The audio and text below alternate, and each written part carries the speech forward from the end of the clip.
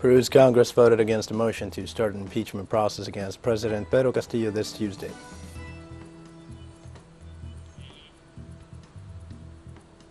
Chile's Congress approved a long-awaited bill to legalize same-sex marriage on Tuesday, joining just a handful of countries in Latin America.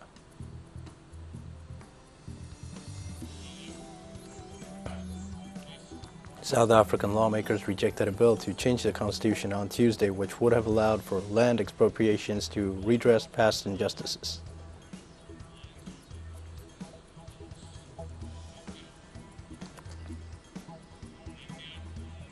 Hi, this is From the South. I am your news anchor, Diego Martin, from the TeleSUR studios in Havana. We begin with the news. We begin in Peru, where Congress voted against a motion to start an impeachment process against President Pedro Castillo this Tuesday. The unicameral legislature vote saw 46 lawmakers in favor and 76 against the motion, with 4 abstentions. The motion needed 52 votes to pass, which would have forced an impeachment trial with a higher threshold to remove Castillo from office. This was the second attempt by right-wing sectors to oust Castillo, who has faced fierce opposition and media campaigns against his government ever since taking office.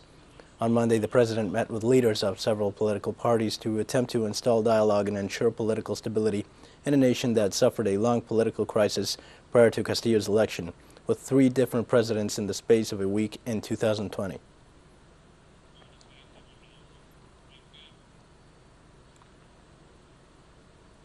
The Control General of Ecuador decided to archive the investigation against President Guillermo Lasso in the Pandora Papers case.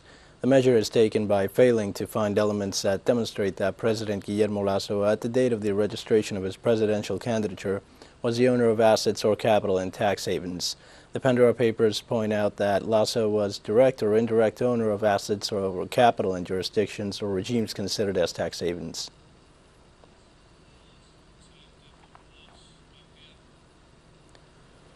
President-elect of Honduras, Xiomara Castro, secured the most votes in the country's electoral history in the November 28th general elections. According to the latest update from the National Electoral Council, the leader of the Liberty and Refoundation parties secured 1.4 million votes, which represented 50.63% compared to the 35.89% of the vote for Nasri Asfura from the ruling National Party.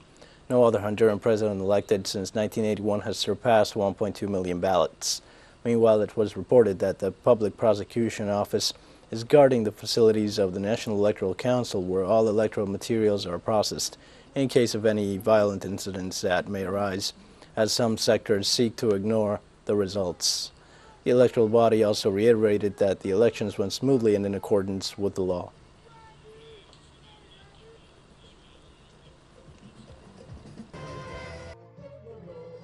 Xiomara is the person with the most votes that Honduras had ever had, and I'm really pleased, and the fact that she is the first woman says a lot about that.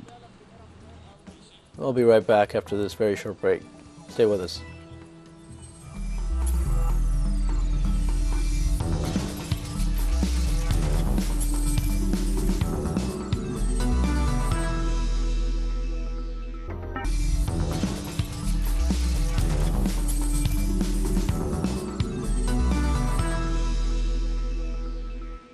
Hi, welcome back to From the South. Chile's Congress approved a long-awaited bill to legalize same-sex marriage on Tuesday, joining just a handful of countries in Latin America. The law will also enable married same-sex couples to adopt children. The bill received the green light from the upper house on Tuesday and was immediately given the final stamp of approval by the lower chamber of deputies with 82 votes to 20 against. Same-sex couples could only get married in Costa Rica, Ecuador, Colombia, Brazil, Uruguay, and Argentina, and in 14 of Mexico's 32 states up until now. Chile has been eagerly awaiting the legalization of same-sex marriage since former President Michelle Bachelet sent a bill to Congress in 2017.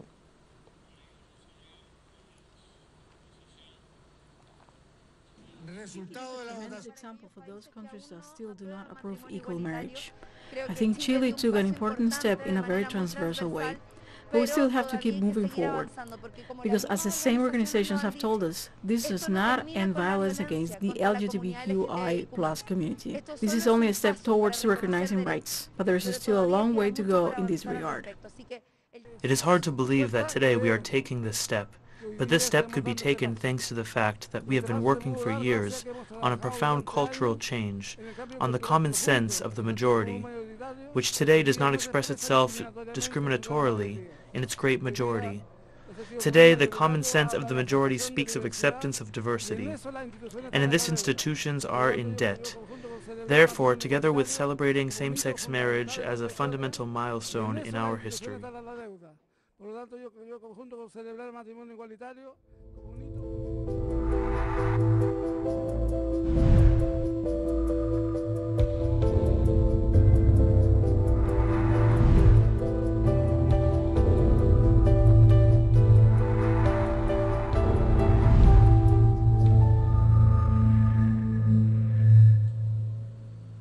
In Cuba, the Center for State Control of Medicines, Equipment, and Medical Devices on Tuesday approved the emergency use of Soberana Plus vaccine candidate for COVID-19 convalescent children aged over 2.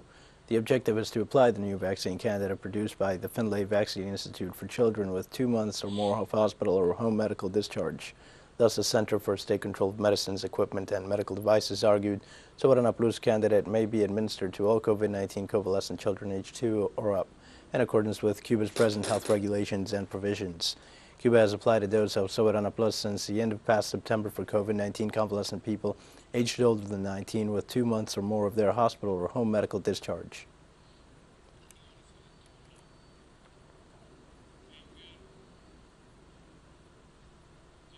Mexico has begun offering booster shots of COVID vaccines to people aged over 60, with President Andrés Manuel López Obrador receiving his jab at his morning press conference in a bid to encourage others to do so.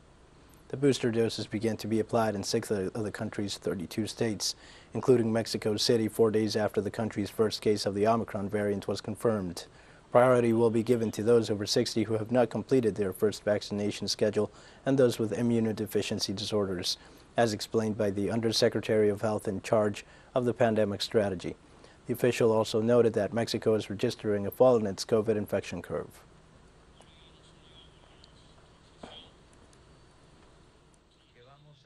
we are going to start the booster vaccination plan for the older adults throughout the country. There is no conclusive evidence to recommend boosters in a generalized way. We begin this week with a decrease once again, which is encouraging because we had 2 consecutive weeks of an increase in infections, but we see that this did not set into a general trend towards a possible 4th wave. And the World Health Organization announced that there is no indication Omicron causes more severe disease than the Delta variant of COVID-19, according to preliminary data. The organization also said that existing vaccines should protect people who contract the Omicron COVID variant against the worst outcomes of the disease.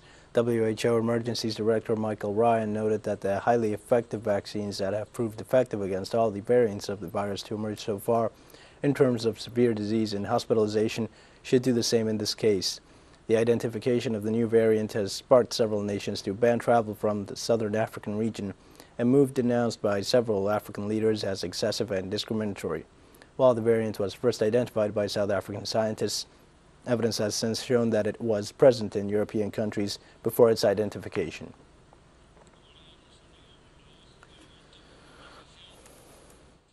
At the moment, at least the preliminary data doesn't indicate that this is more severe.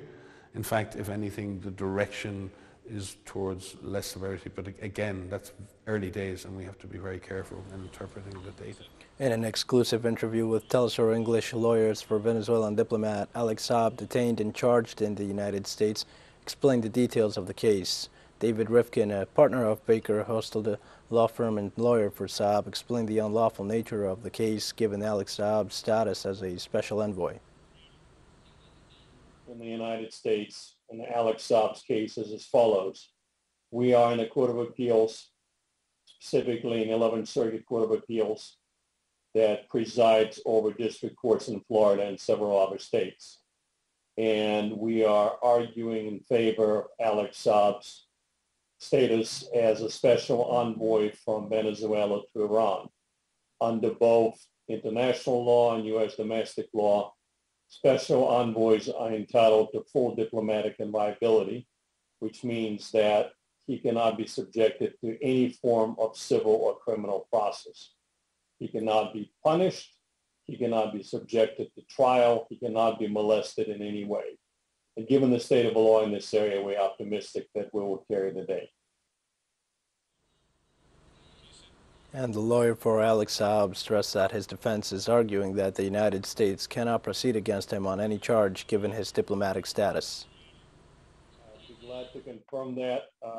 By virtue of his full diplomatic inviolability, the United States cannot proceed against him on any charge, including the one charge that remains from his indictment. Full diplomatic inviolability, I think it's important for your listeners to appreciate that, means precisely that. Inviolability from any form of coercive measures of whatever nature, no matter what the charge may be. David Rifkin, lawyer to Alex Saab, noted the unlawful actions by the authorities of Cape Verde on detaining and extraditing the Venezuelan diplomat to the United States. They were violating both their obligations.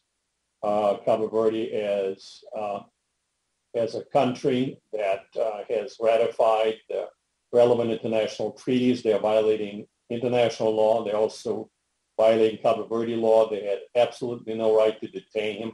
They had no right to extradite him. And the United States had no right to seek his extradition. So there have been a lot of unlawful actions that have taken place so far. And what we're working on now is to finally get to the point where those wrongs, those unlawful actions would be remedied, and Alex Saab would be set free to continue his diplomatic mission.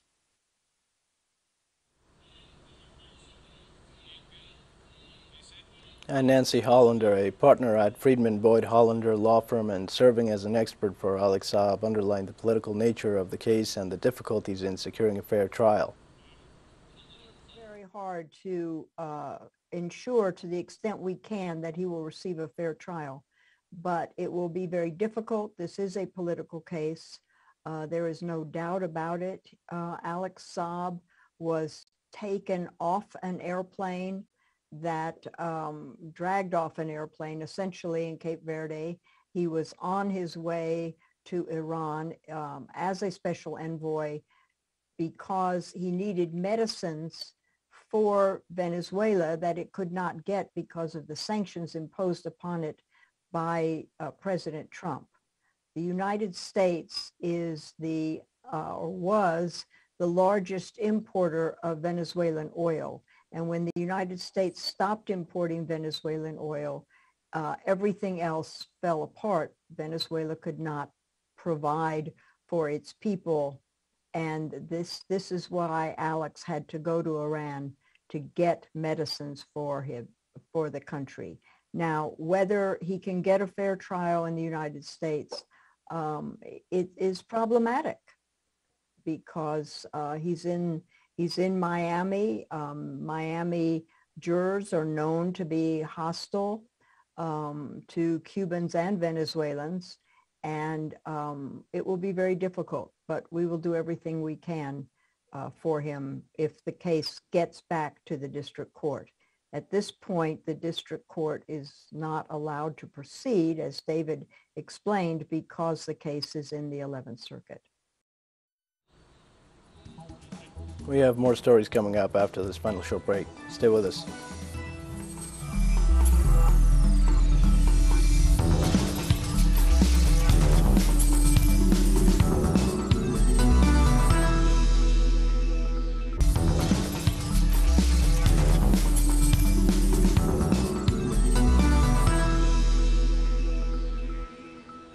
Welcome back. South African lawmakers rejected a bill to change the constitution on Tuesday, which would have allowed for land expropriations to redress past injustices. The proposed law failed to garner the required two-thirds majority in the 400-seat parliament, with 204 lawmakers voting in favor and 145 against. Black South Africans were dispossessed of their land during 3 centuries of colonialism and apartheid, which officially ended in 1994. According to data provided by President Cyril Ramaphosa, whites who make up 8% of the population possess 72% of farmland in the country. Less than 10% is in the hands of black people, who make up 4/5 of the population. For the past 4 years, a multi-party committee has been working on the proposed changes, which would have allowed the state to take farmland from private owners and redistribute it to landless blacks.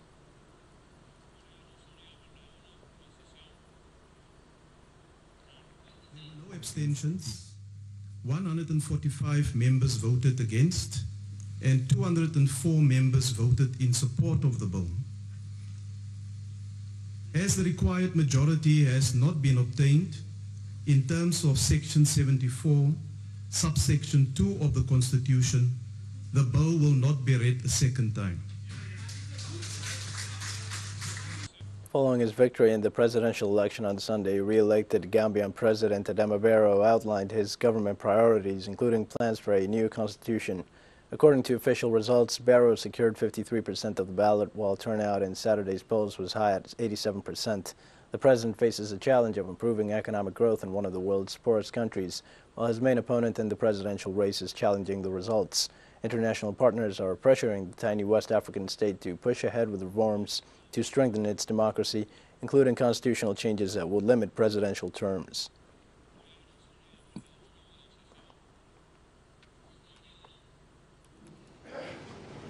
And the whole world,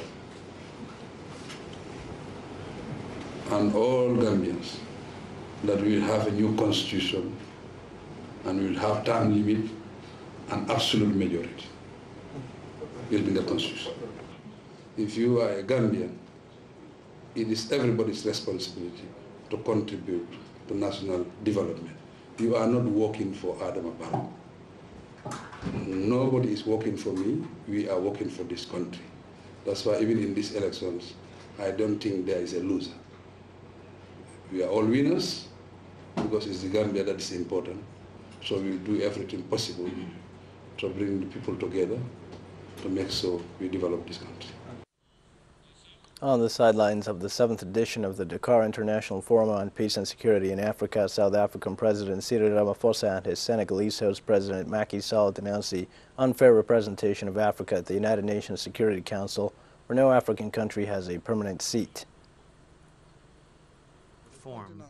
God only knows when it will be done because many interests are at stake. But what is certain is that it's unfair that the African continent, with 54 countries, is not represented as a permanent member of the Security Council. With South Africa, with all the other countries, we will continue to fight to stop this injustice to Africa. We want fairness, we want Africa to be well represented and to be heard, because it cannot be fair that 1.3 billion people's views and thoughts cannot be heard at that high level. In the same way that the views of the countries which have a veto right are heard.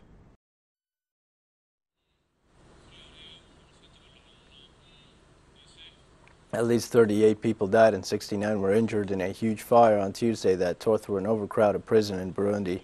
Many prisoners were still asleep when the blaze took hold in a penitentiary in Burundi's political capital, Gitega. Much of the facility was destroyed. The Interior Ministry informed that the disaster was caused by an electrical short circuit at the nearly century-old prison. Victims with the most serious burns were taken to hospitals, some carried in police pickup trucks, while others with milder cases were treated at the scene. The facility housed more than 1,500 inmates at the end of November, according to prison authority figures, far higher than its capacity of 400.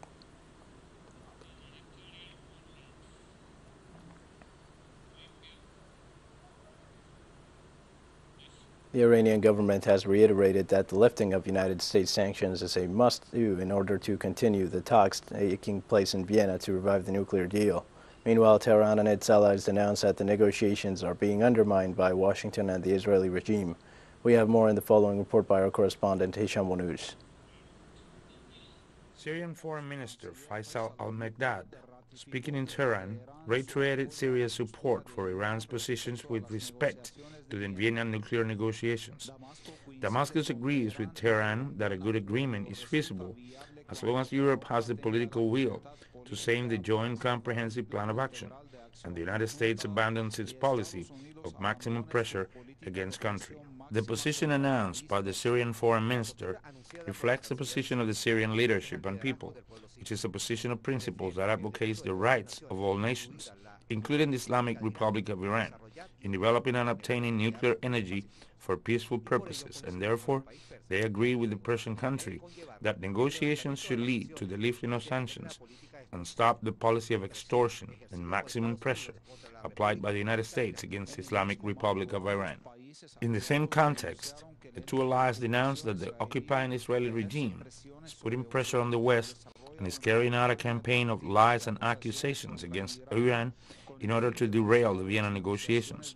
This is part of an Israeli plot to destabilize the West Asian region, as Damascus and Tehran denounced.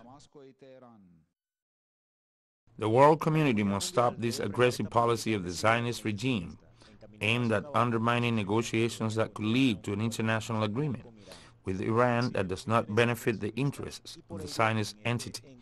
And that is why they conduct this campaign of lies every time a new round of negotiations begins, even though it harms the interests of Israel's Western partners.